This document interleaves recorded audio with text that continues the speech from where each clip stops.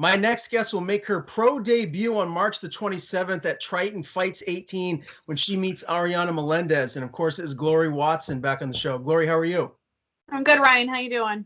I'm good. Always a pleasure to talk to you. It hasn't been that long, but fast forward, a month later, camp's almost done, and the fight is next Saturday. So how you feeling? Pretty good in the weight cut phase. So, I mean, as good as someone can feel when they're cutting weight, but definitely ready for fight time. I'm always ready for weigh-ins when it comes to this time. So how much more do you have left to cut? You must be getting pretty close because you look very lean. I have right around 8 pounds. It's not too much.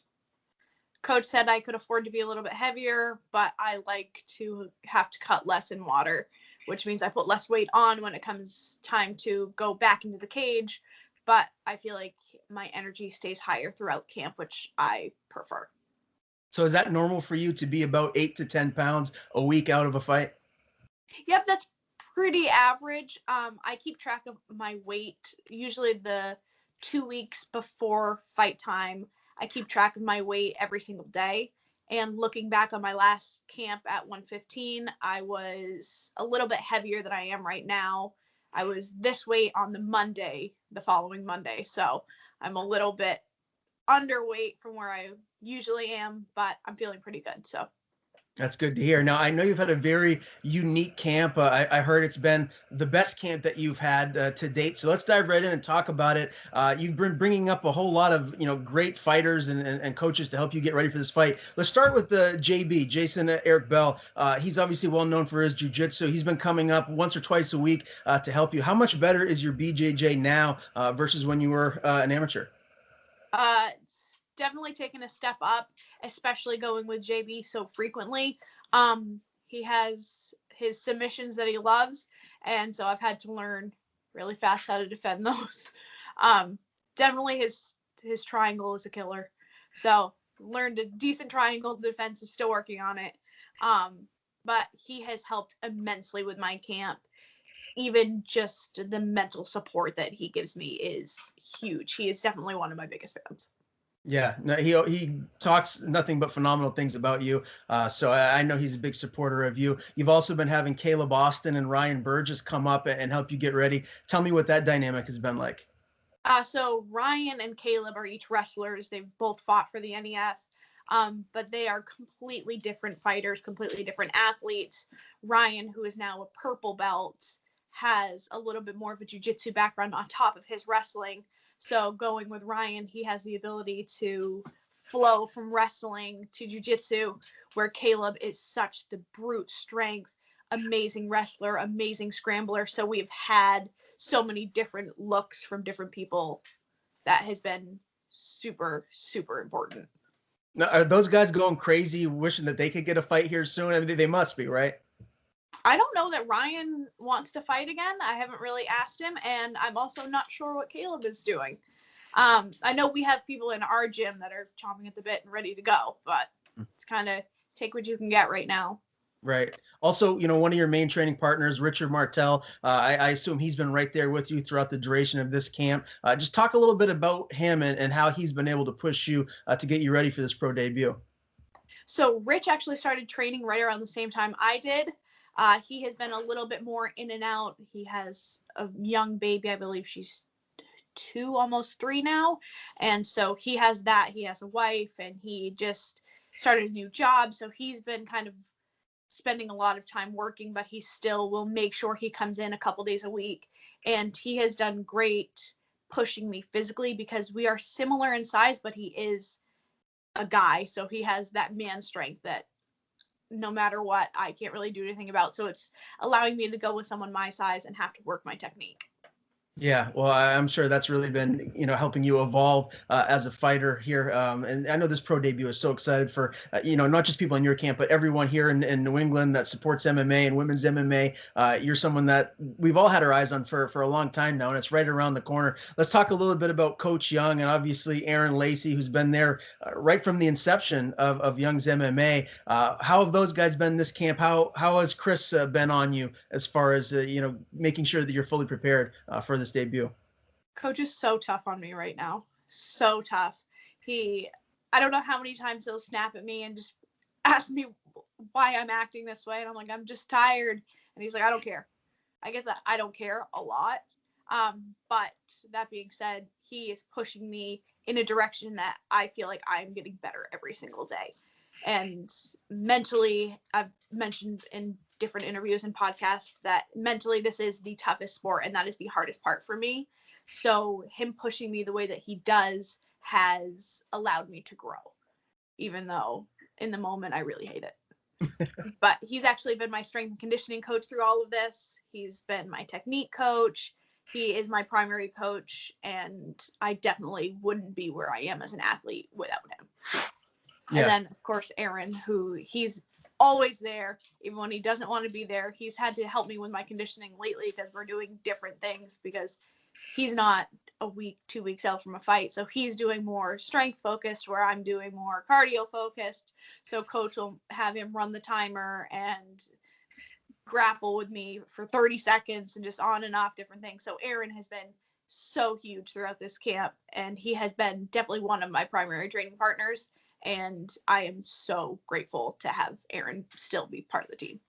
And I know you guys have been going to the YMCA to lift weights, right? Has that still been happening on a regular basis, you and Aaron? So we did that at the beginning of camp. The first 4 weeks, we do more strength focused, where the space we're at now, we don't really have the weights available to do that. So once we got past the strength phase, then it was coach's responsibility a little bit more to make sure we were getting the conditioning that we needed.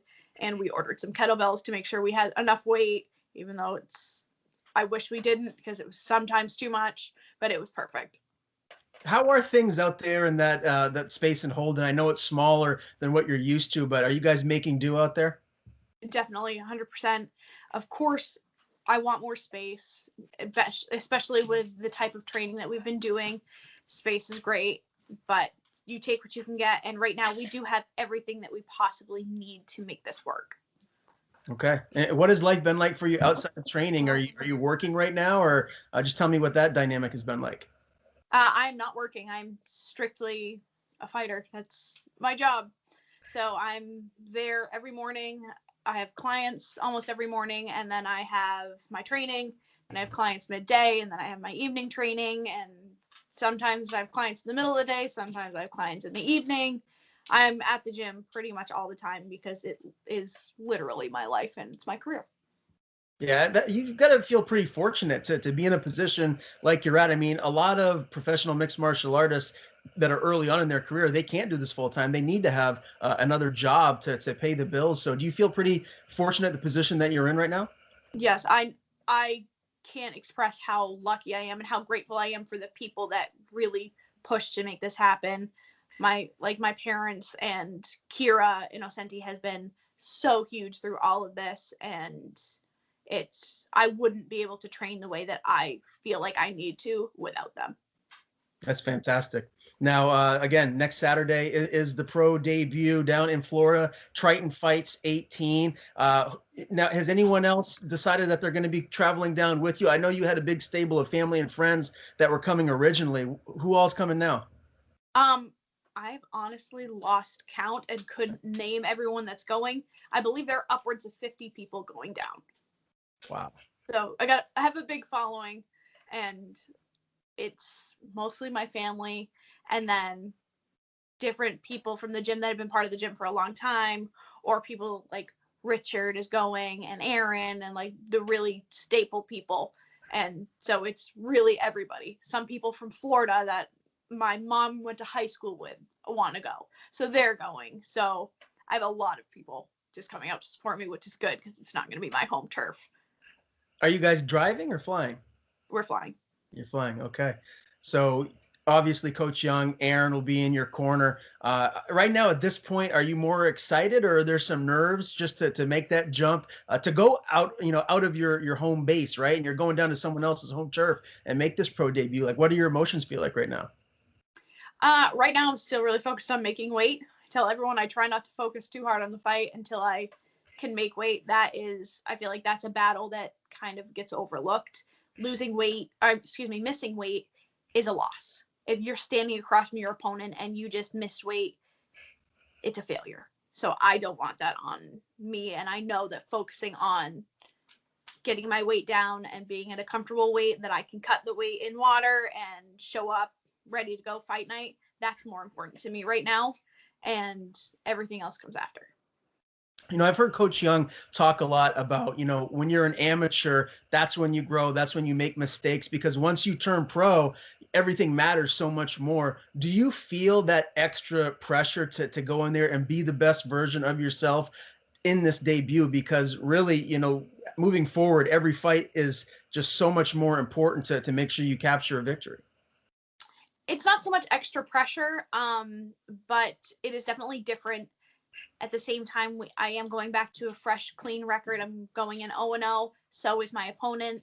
So it changes the way you look at the fight in one way.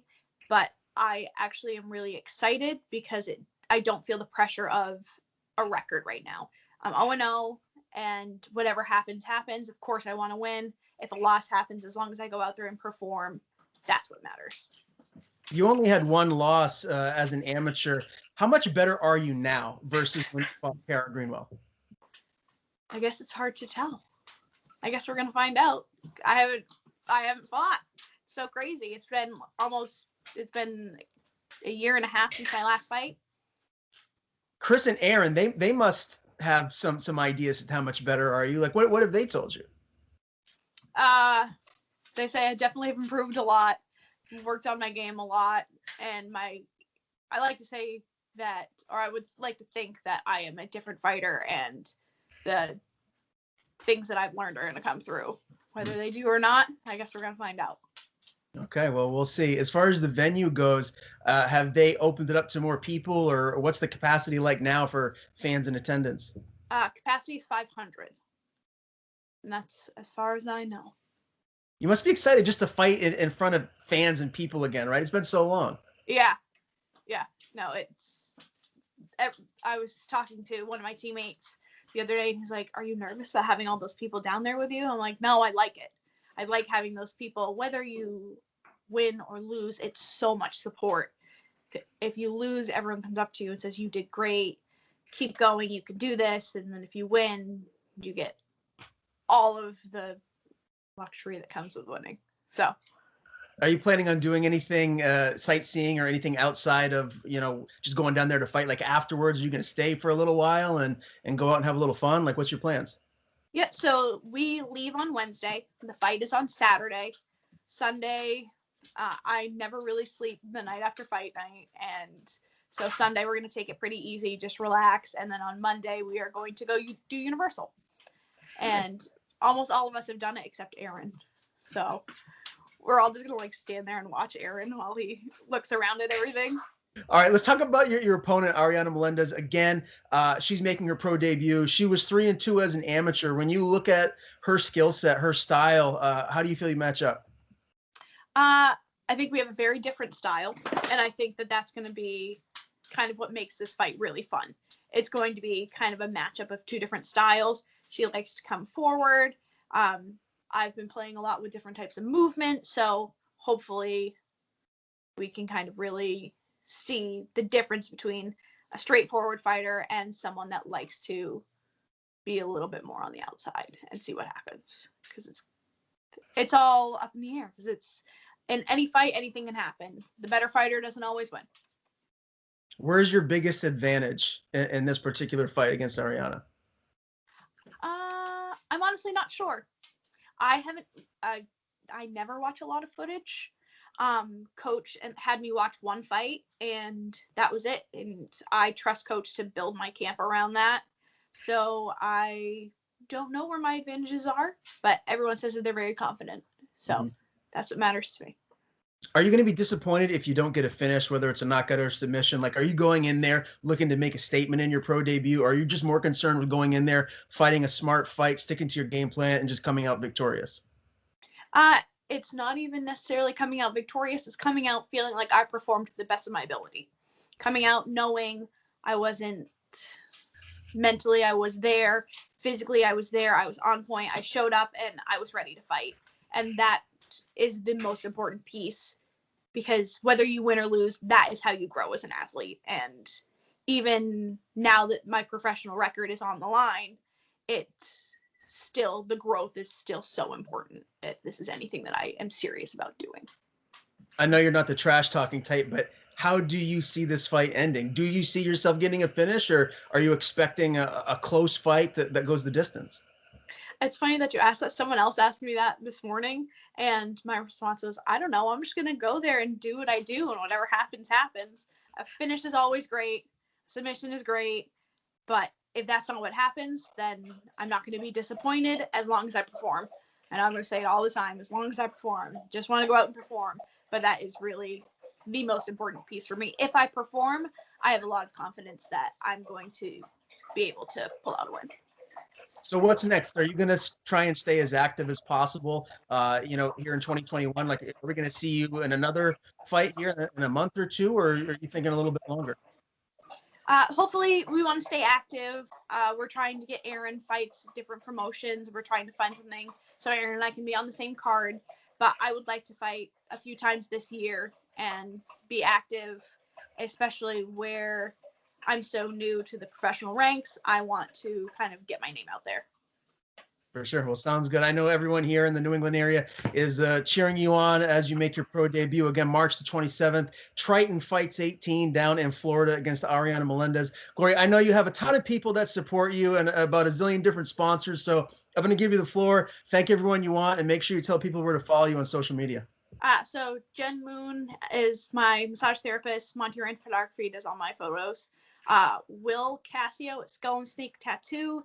B&B Paving, Twin City Tire, Titanium K9, Aflac, the Scott Agency, Sea Dog Cantina, which is actually Bert Falero, who used to be a Bangor resident and now is in Florida, Tuffy Bear Furniture, Float 207, HCS Enterprises, Sleepwell, Bearer Carpentry, Young's MMA, of course. And this fight, we actually did something a little bit different, and we got connected with MMA Tea Company, and they actually handled all of my merchandise, and they have been amazing.